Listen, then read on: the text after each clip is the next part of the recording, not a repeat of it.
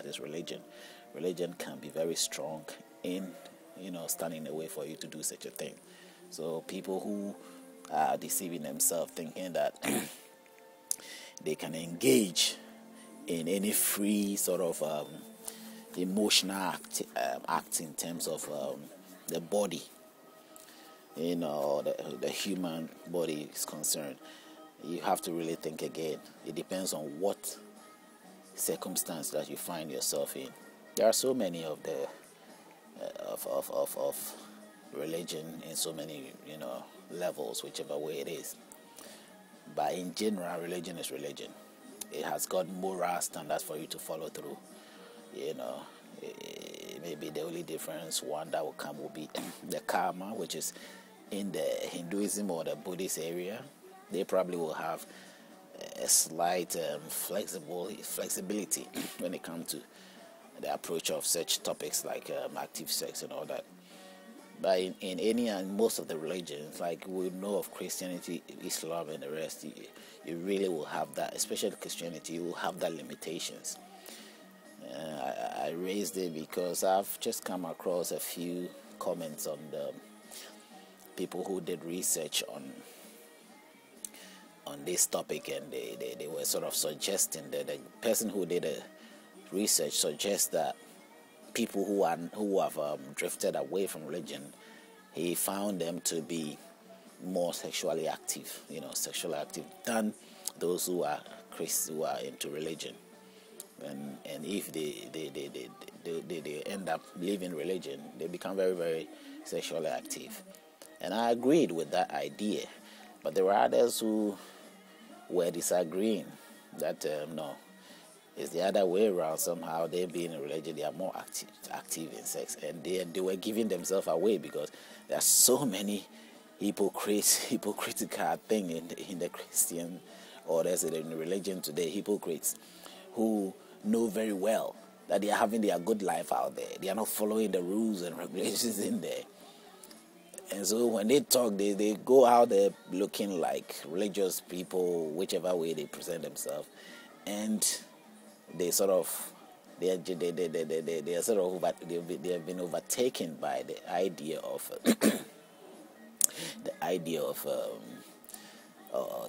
such an idea or such a presentation, and they self coming out, saying things like, no, if you're a religion, you are more active than when you are not a religious person.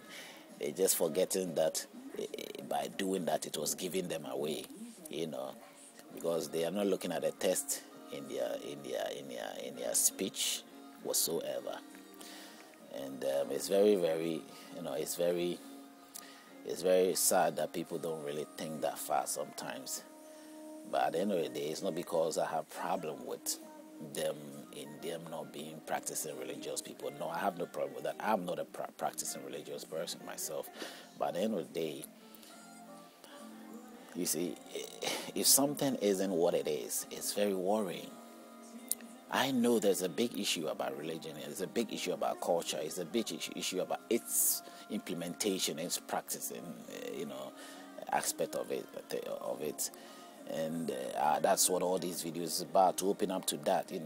That stands in the way of peace in so many ways, and it sort of entraps man, puts people into that captive state, and this is what I'm trying to unveil, all these things to sort of share with you. If you decide to participate, this is something that you must look out for. Most of the time, that's what I'll be going around. I may elaborate on certain things and open up certain things, but definitely I'm driving on this part. So you are a brother to me in so many sense. You are a sister to me in so many sense, because you have seen the light in certain ways. You're living your normal life. You're not entangled by those rules and regulations in any way.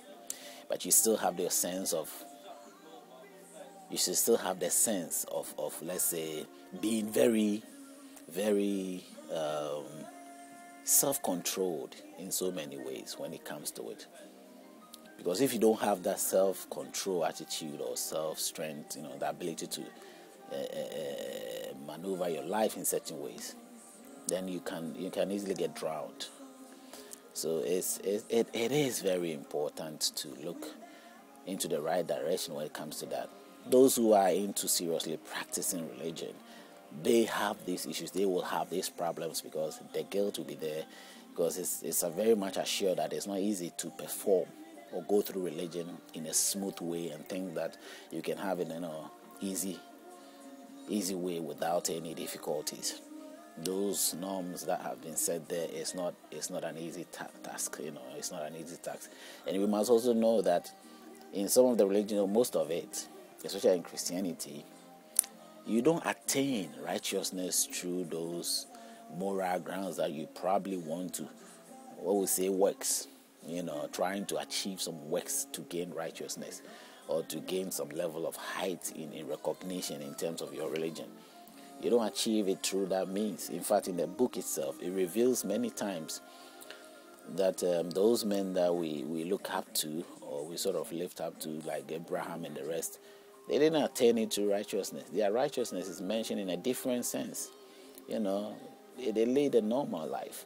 They didn't tangle up. Even look at Jacob and Isaac and all these men, and let's go down to David and the rest. Looking at what they did and the things in the test, they were just like everybody else. So those who claim practicing religion to be something like they have to follow some rules, and they get themselves entangled in those rules and stick to those rules, which, as we can see, there are rules there that you have to get yourself stick to. But then again, you cannot follow those rules. You can't get yourself entangled with those rules. It's just not something you should do. And that is one reason why we are trying to trying actually to open up to that very part, to let you understand that, hey, the life that you choose to live, you live it. You don't need to live it by getting yourself so much in a state of confusing yourself, or being dead in the ideas that you have, or the confidence that you have yourself in everything that you do.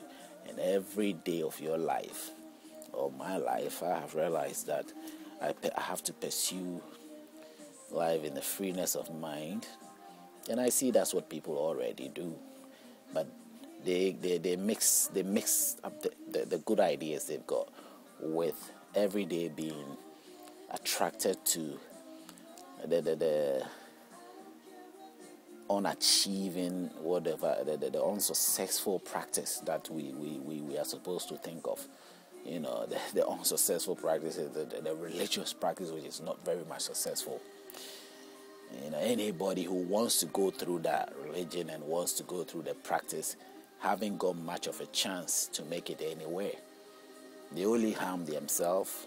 They only, ruin their life. I don't know how many which have made it. Those who have gone up and get recognized and make some sort of something with their life, they never went through the so-called rules that or the morals that we've known, or we've sort of been able to, we've end up accepting to see as being the wishes of what the faith probably claim, for us to sort of embrace or to do. So I sort of feel that they were thinking along the line of they being active sexually. That means they are very much, in line, and so they will sort of disagree with the fact,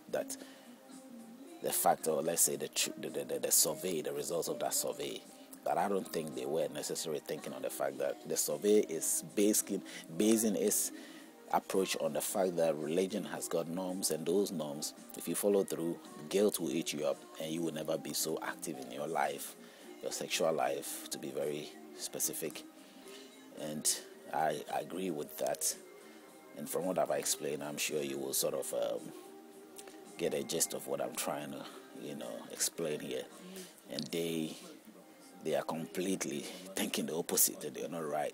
Even though they're right, they are not right to think of it the way they are thinking of it, that, hey, they are active based on their religious. They are not religious people. If you are a religious person, you definitely, really, really religious person, you definitely won't be sexually active.